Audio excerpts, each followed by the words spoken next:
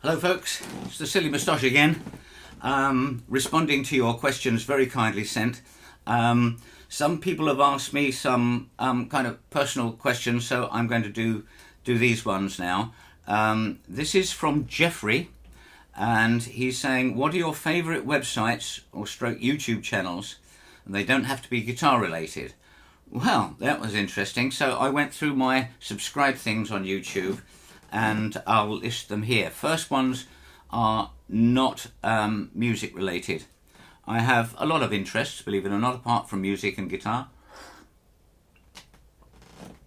So the first one is Dust, D-U-S-T, which is a group of short science fiction dramas, which I think are excellently well made. I don't know whether they're by amateur people or whatever. There's a lot of CGI in some of them, and in some absolutely nothing. Nothing technical like that.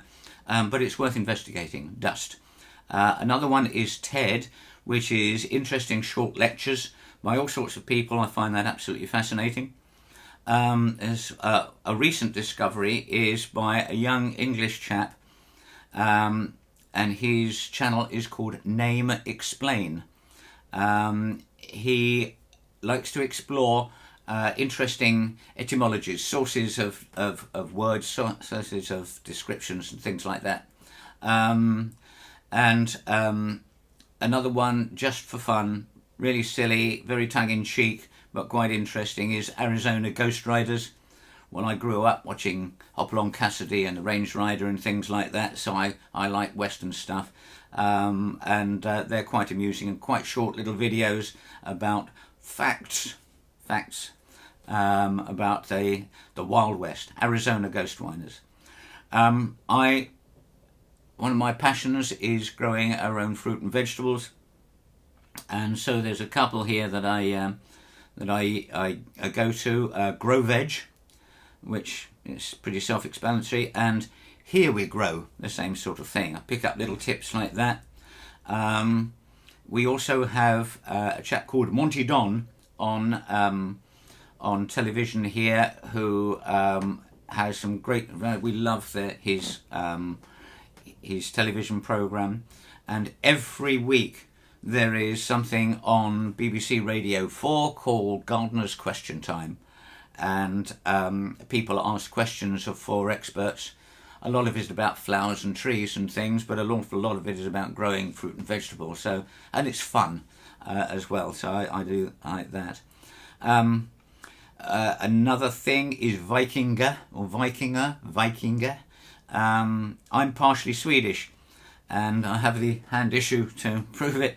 And so I've always had an affinity with Scandinavia and the era of the Vikings. And a lot of it is about the series Viking, but it's a bit of fun. I like aviation stuff, and there's something called Aircombatgroup, which I think is CGI or sort of games type stuff, and it's a great way to waste a bit of time. There was another one which I subscribed to, but when I looked it up, it's been banned by YouTube for some reason. There's something called IQ Squared, which is a British debate forum, which I find quite interesting. And of course, the home of debate for us is the Oxford Union, and they have guest speakers, some of them very influential and some of them quite outspoken, and that's extremely interesting. There's a Canadian chap who has a very, very interesting channel called Langfocus. It's to do with largely about philology, comparing and contrasting languages and talking about language roots and development. I find that very interesting. I am a bit of a history geek, and so one of the things that I could find was called What If All This? What if all this? So it's a very strange thing. It's an alternative history. What if the Germans had won World War II? What if the Zulu wars had been won by the Zulu, you know, things like that. What if people had never, if there had been no World War II, all that sort of stuff.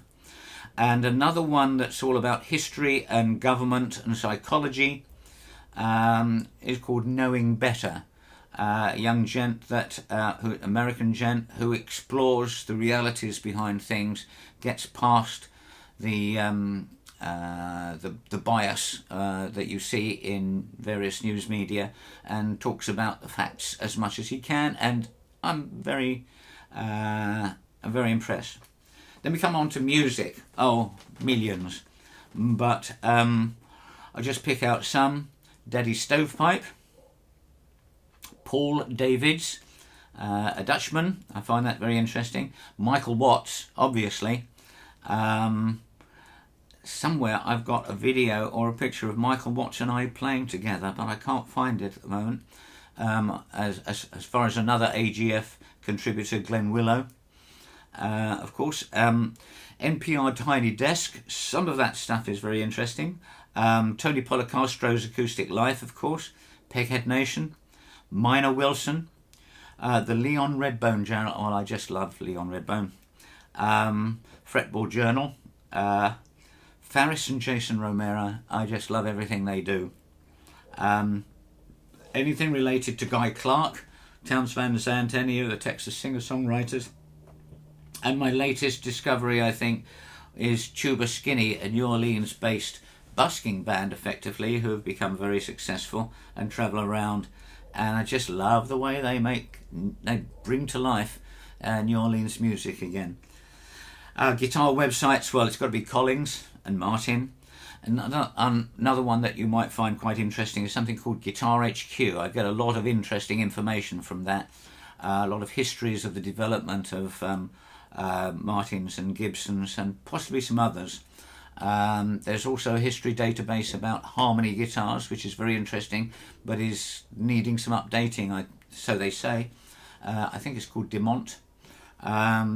These things are always worth searching for. So that's that. Andrew Reynolds asked me, what is my most memorable gig and what did I do when I was in America? He also asked me what I think of the music scene, which I will rather not comment on. My most memorable appearances, gigs, whatever, strangely enough, they're not really about playing guitar. I used to be a drummer in the 60s and 70s. I was mentored by Charlie Watts. I used to set his kit up for him and then he'd give me a short lesson with homework. And I met many famous folk in the 60s R&B scene. They were all around, and I used to frequent a place called Eel Pie Island. Anyway, we once opened for The Who, and also for the Graham Bond organisation with Eric Clapton and Ginger Baker on drums. Ginger watched me throughout our spot, and then the curtains closed and the roadies started moving their gear around, and he called me over and told me that he really liked my drumming style and gave me an armful of sticks. That was quite an experience.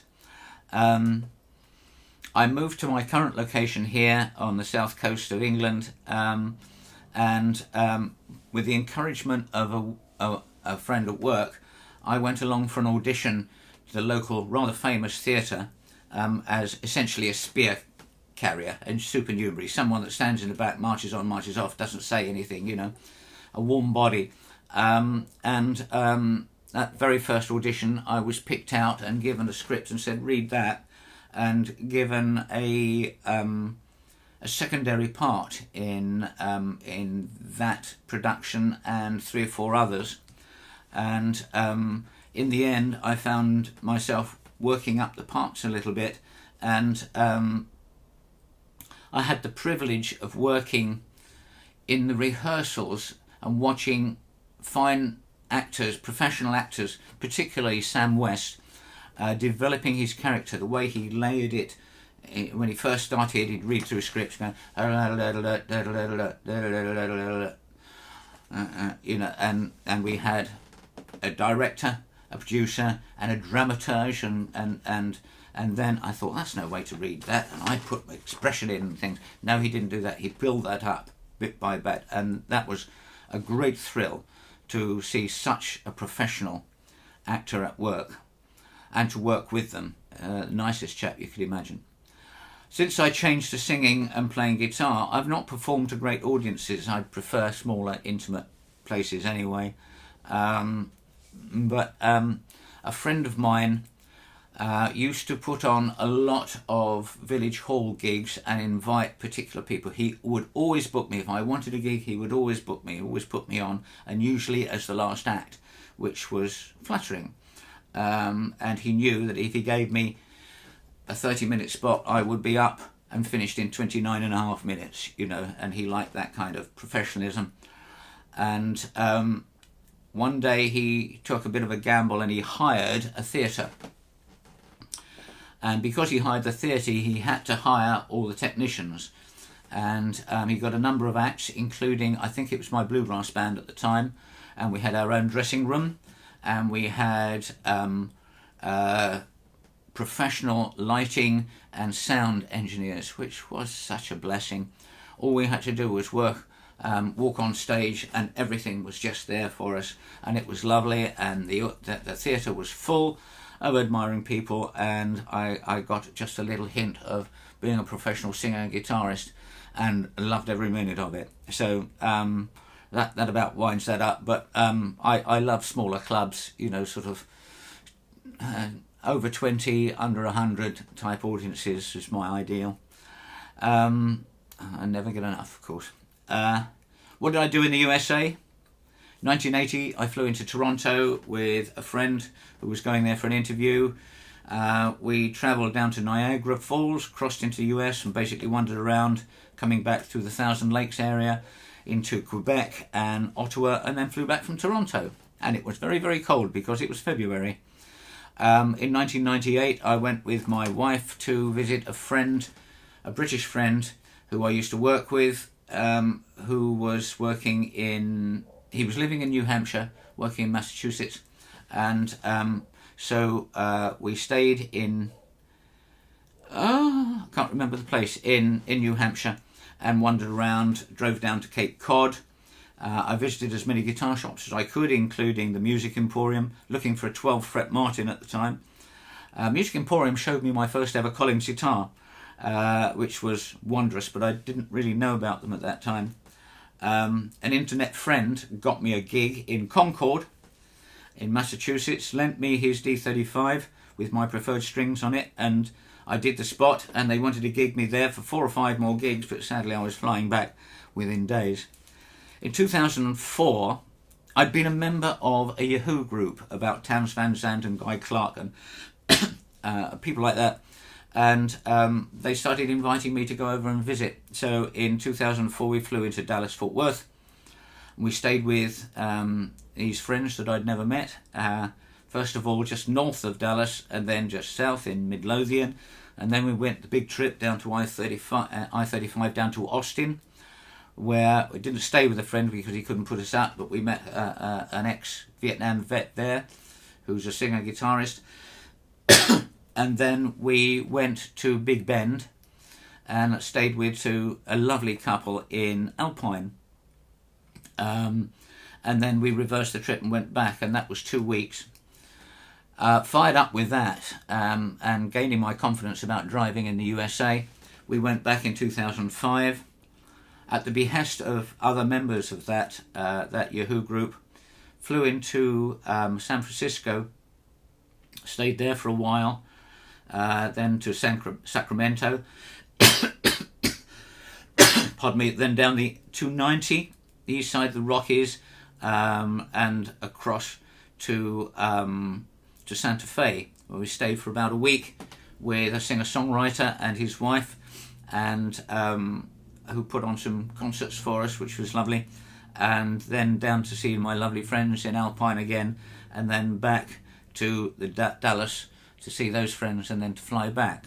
They told me I had to be there by the weekend, and when we got there they said we were going camping. Camping? He got it all organised, and we went up to a festival called Beanstalk. the Texas Acoustical Music Festival. It was small, but it was delightful. He arranged everything. We didn't have to touch anything. He had a pop top that he put up for us. And then they told me that I was performing on the Saturday afternoon. I wasn't at all prepared for it. Someone lent me a guitar and I did a spot, but in order to qualify, because it was for purely Texan singer-songwriters, I had to go through a ritual to become an honorary Texan, which was great fun. So that was quite an experience. And then, of course, we flew back. It was called an open jaw. Flew into San Francisco, flew back from Dallas-Fort Worth into the UK. And that was the last time I had been to the US. And I loved every moment of it. So that's enough from me for the time being. If you have been, thanks for watching. Bye.